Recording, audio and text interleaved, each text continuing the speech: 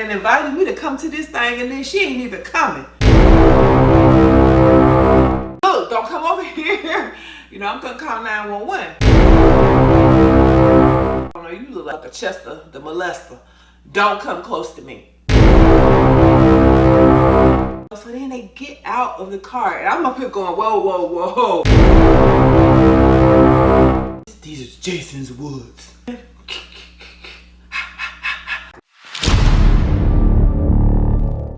Y'all have this friend that loves to hype you up to do all this stuff. Sometimes it's crazy stuff. Well, I had a friend like that.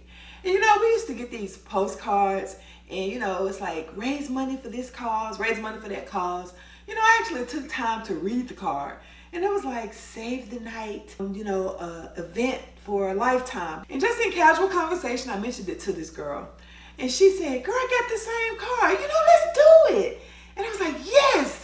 And I was like, girl, this thing is in Alpharetta or Dunwoody somewhere.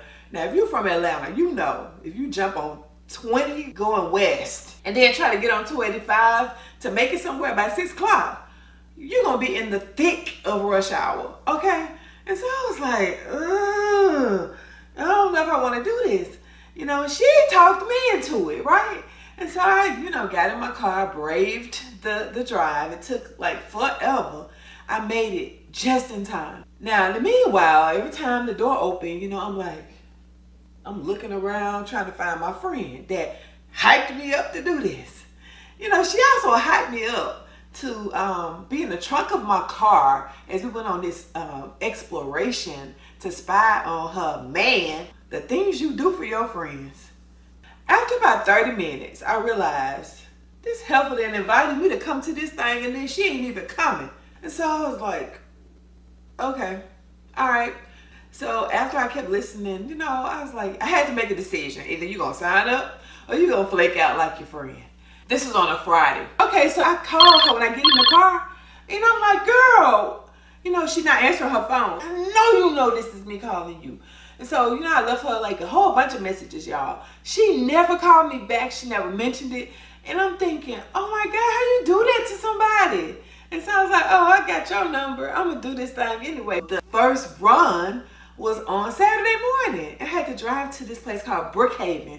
You know, and Brookhaven is a real ritzy area. We've had those invisible fences, and I'm terrified of dogs. But this dog came running full speed. I'm up here going, oh my God! I started screaming. You know, the lady's like, oh no, I'm sorry. You know, it's an invisible fence. So, you know, if he gets close to it, it'll shock him and he'll turn around. And I was like, oh, okay. So after being terrified a few times from that, I'm like, okay. So I'm trying to be calm and be like, okay, they got an invisible fence. Yoo-hoo! Subscribe. But here's the thing. They gave me a calendar and I had to put in like so many miles, like your weekly runs.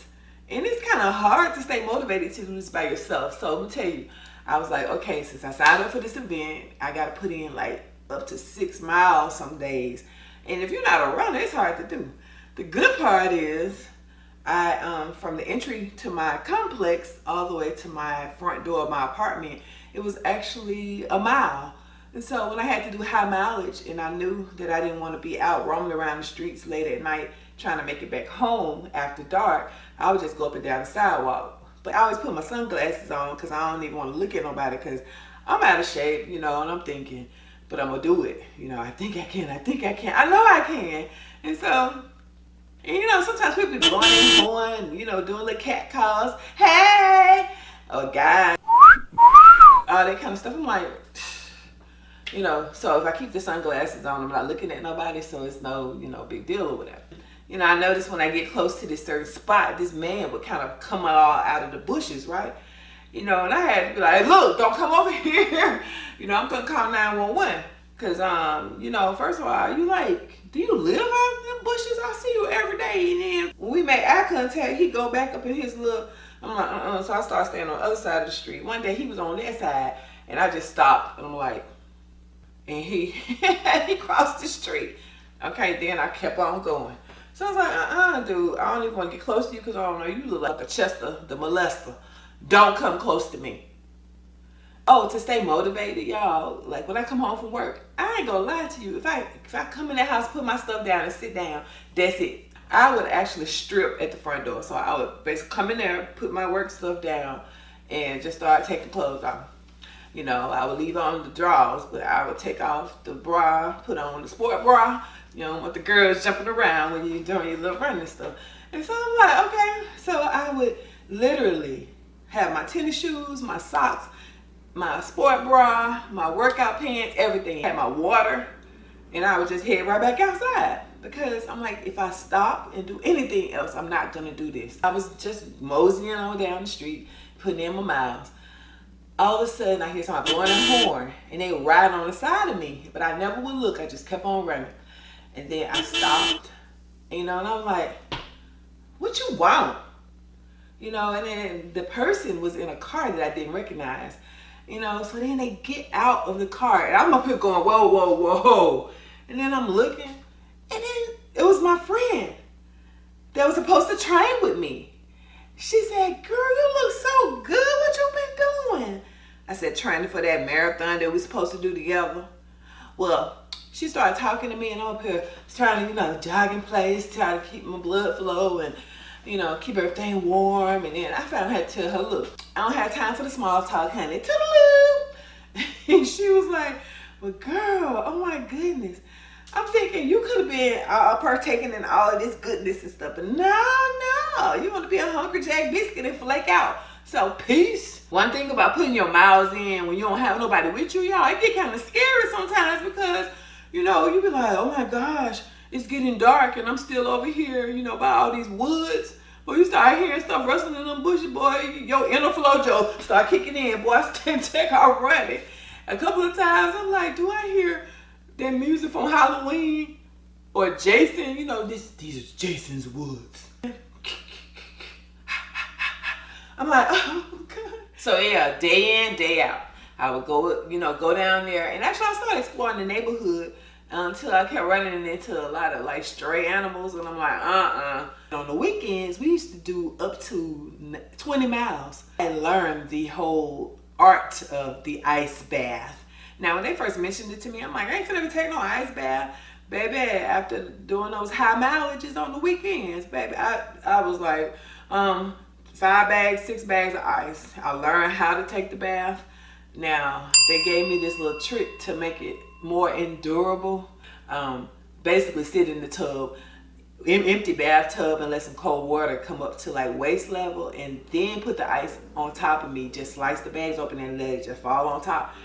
But to climb into the ice after it's already in there, that was like impossible. I just couldn't do it. Now, the shock of dumping all that ice, oh! But after, I'm telling you, after about 10 minutes, 15 minutes soaking in that ice, I'm like a new woman.